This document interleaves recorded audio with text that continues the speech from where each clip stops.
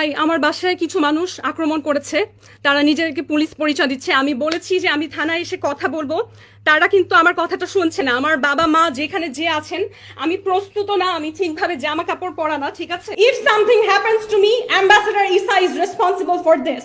ঘটনাটা হচ্ছে যে সৌদি অ্যাম্বাসেডর ইসা ইউসুফ তার সাথে একটা একটা সম্পর্কের ভিত্তিতে, হ্যাঁ, তো সেইটার একটা অভিযোগ ওইভাবে করছে, কিন্তু সেইটা তো তার বিরুদ্ধে দাঁড় করা নাই সেরকম কোনো অভিযোগ করছে সম্পূর্ণ ভিন্ন। স্পেশাল পাওয়ার অ্যাক্টে, যেটা রাষ্ট্রের আইনশৃঙ্খলা আপনার ক্ষতি করা, তারপরে অর্থনৈতিক অবনতি করা, কিন্তু সেগুলো কি করেছে সেগুলো তো কিছুই উল্লেখ করে না। একটা দেশের অর্থনৈতিক ক্ষতি করলে তার দৃশ্যমান তার এভিডেন্স থাকবে না, তার কোনো কিছুই তারা দাঁড় করাতে পারে না। আইনশৃঙ্খলা অবনতি কোথায় সে ঘটালো? আমাদের বক্তব্য হচ্ছে যে তাকে যেভাবে আটক করা হয়েছে, আমরা সবাই দেখেছি ব্যাপারগুলো, বিভিন্নজন দেখেছে ফেসবুকের মধ্যে। সে যখন ফেসবুকে এসেছিল, ফেসবুক লাইভ করছিল, বলছিল যে তার দরজার সামনে লোকজন এসছে, তারা বলছে যে তাকে থানায় যেতে হবে।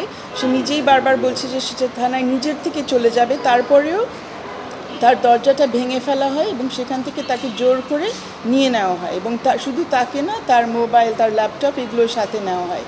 এরপরে সে কোথায় আছে 24 ঘন্টার বেশি কেউ জানতো না।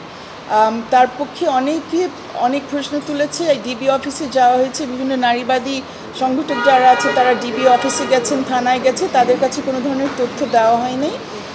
24 ঘন্টা পার হয়ে যাওয়ার পরের দিন বৃহস্পতিবার 10 তারিখে রাত 10:30টার দিকে ম্যাজিস্ট্রেট কোর্টে তাকে নিয়ে যাওয়া হয়, ঢাকা মেট্রোপলিটন ম্যাজিস্ট্রেট কোর্টে। এবং সেখানে বিশেষ ক্ষমতা আইন, মানে অত্যন্ত কুখ্যাত বিশেষ ক্ষমতা আইনের অধীনে একটি ডিটেনশনের আদেশ বা আটক আদেশ সেখানে পাশ করা হয়। সেটার পরে তাকে কাশিমপুর জেলখানায় নিয়ে যাওয়া হয়। আইন উপদেষ্টা বলেছেন, আজকে ব্রিফ করে বলেছেন যে তাকে যে প্রক্রিয়া আটক করা হয়েছে সেটি ঠিক হয়নি। যদি সেটি হয়ে থাকে, সরকারের তরফ থেকে যদি এটি বলাই হয়ে থাকে, তাহলে তাকে এখন আটকে রাখার কোনো সুযোগ আছে কিনা আইনগতভাবে?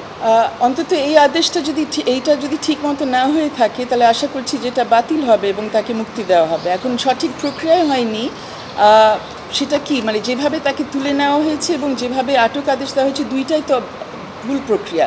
আশা করছি উনি সেটাই মিন করছেন। কথা হচ্ছে সরকারের পক্ষ থেকে আদেশটা জারি হয়েছে, সো আশা করছি ভুল যদি হয়ে থাকে, এই ভুলটা তারা শুধরাবেন, এবং শুধরাবেন এইভাবে যে যার মুক্তি তারা কেড়ে নিয়েছেন তাকে তার মুক্তি ফেরত দেবেন, তাকে জেলখানা থেকে বের করার সুযোগ দেবেন, এবং তাৎক্ষণিকভাবে আশা করছি তার পরিবারের সদস্যরা তার সাথে দেখা করতে পারবেন। এখন পর্যন্ত আমরা জানি এই আইনটা অত্যন্ত কুখ্যাত, এবং বিশেষ ক্ষমতা আইন দিয়ে হাজার হাজার মানুষ, হাজার হাজার রাজবন্দী এই 50 বছর ধরে তাদের স্বাধীনতা হারিয়েছে, তাদেরকে আটক রাখা হয়েছে। এটা অত্যন্ত লজ্জাস্কর ব্যাপার আমাদের জন্য যে 30 বছরের একজন নারীকে এখন এই আটক আদেশ দেওয়া হচ্ছে। যদি সে কোনো কিছু করে থাকে, সেটার জন্য সবসময় ব্যবস্থা নেওয়া যেতে পারে সাধারণ আইনে, কিন্তু কেন একজনকে এইভাবে আটক করা হবে এবং যে প্রক্রিয়াটা অনুসরণ করা হয়েছে সেটা সম্পূর্ণভাবে বেআইনি। এবং তাদের বাবা এবং ফ্যামিলি এখানে বাধ্য হয়েছে এসে হাইকোর্টের শরণাপন্ন হতে, তার মুক্তি দাবি করার জন্য। যদি এখানে জানাই থাকতো যেখানে ভুল হয়েছে, আমরা আশা করতে পারতাম যেটা আরও আগে এটা শুধরানো।